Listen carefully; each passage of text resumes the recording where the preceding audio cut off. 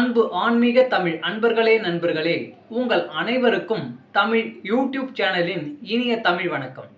தாய்மொழியால் இணைவோம், தாய்மொழியை வளர்ப்போம். வாழ்க தமிழ், வளர்க தமிழ்.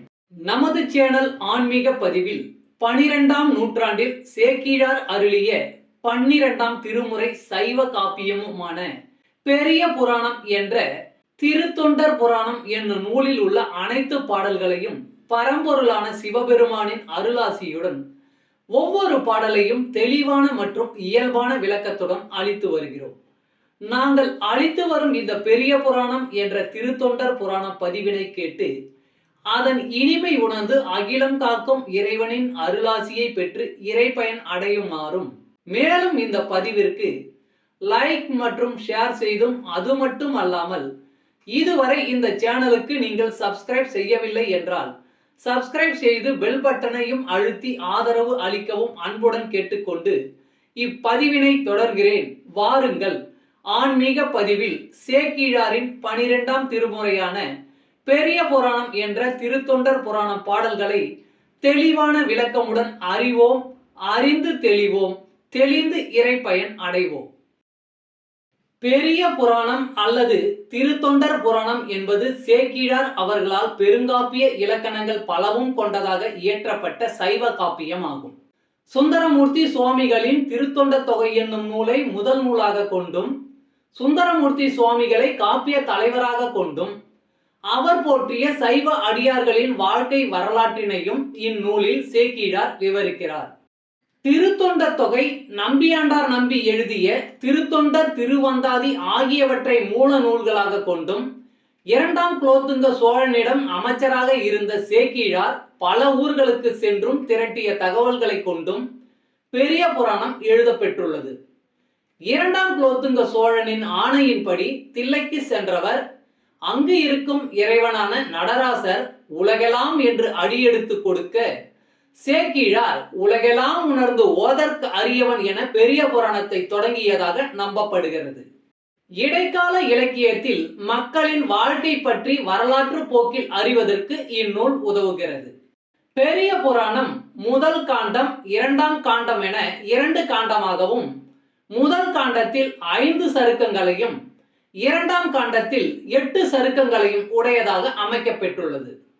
சுந்தரமூர்த்தி சுவாமிகளின் திருத்தொண்ட தொகையில் இடம்பெற்றுள்ள பாடல்களின் முதல் வரியே சருக்கங்களின் பெயர்களாக உள்ளது. காப்பிய கதையானது கைலாயத்தில் தொடங்கப்பெற்று சைவ அடியார்களின் வாழ்க்கையை விவரித்து இறுதியாக கைலாயத்தில் முடிகிறது.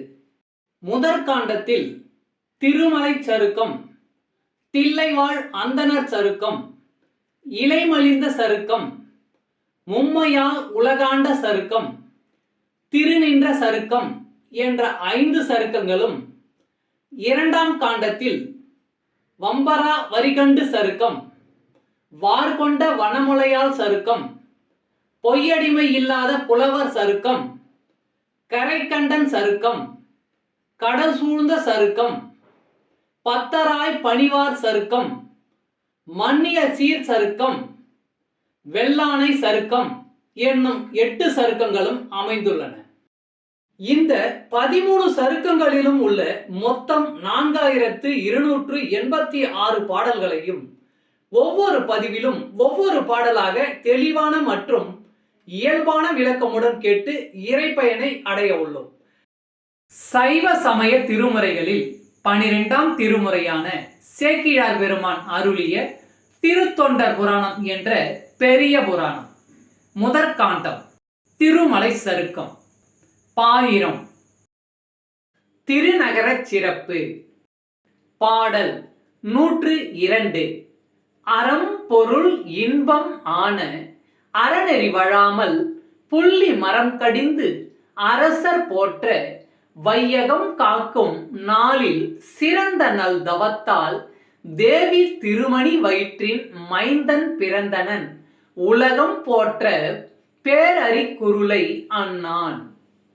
அறம் பொருள் இன்பம் ஆன அறநெறி வழாமல் புள்ளி மரம் கடிந்து அரசர் போற்ற வையகம் காக்கும் நாளில் சிறந்த நல் தவத்தால் தேவி திருமணி வயிற்றின் மைந்தன் பிறந்தனன் உலகம் போற்ற பேரறி குருளை அண்ணான்.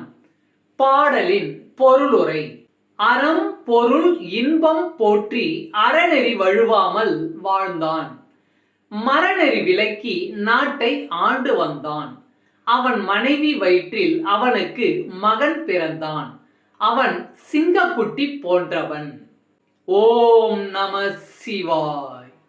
திருச்சிற்றம்பலம். அன்பு ஆன்மீக தமிழ் அன்பர்களே, நண்பர்களே, இவ்வீடியோ பதிவினை கேட்டு இன்புற்று ஆதரவு அளித்த அனைத்து தமிழ் உள்ளங்களுக்கும் எங்கள் உள்ளம் கனிந்த நன்றி.